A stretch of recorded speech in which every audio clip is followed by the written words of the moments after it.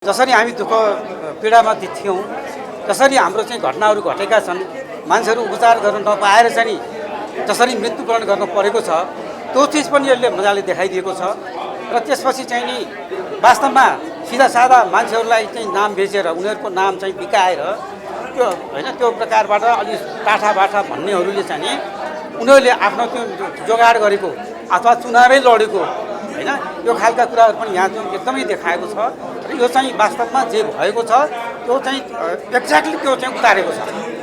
यसले गर्दाखेरि यसले प्रोत्साहन दिन्छ। अब हामीले वास्तवमा यो खालको सिनेमा पनि बनायो भने त अलिकति अब नबुझ्ने मान्छेहरूलाई अझ पनि कतिपय दुविधा भएको मान्छेहरूलाई कस्तो हुन्थ्यो होला भन्ने जो लागिरहेको थियो त्यो चिज चाहिँ यो सिनेमाले उजागर गरिदिएको छ हैन। यसले चाहिँ धेरै राम्रोसँग उतारेको छ हैन। असाध्यै राम्रो लाग्यो। यो जुन पीडा हामीले भोगेका छौँ त्यो सर्लक्कै निकालेको छ कि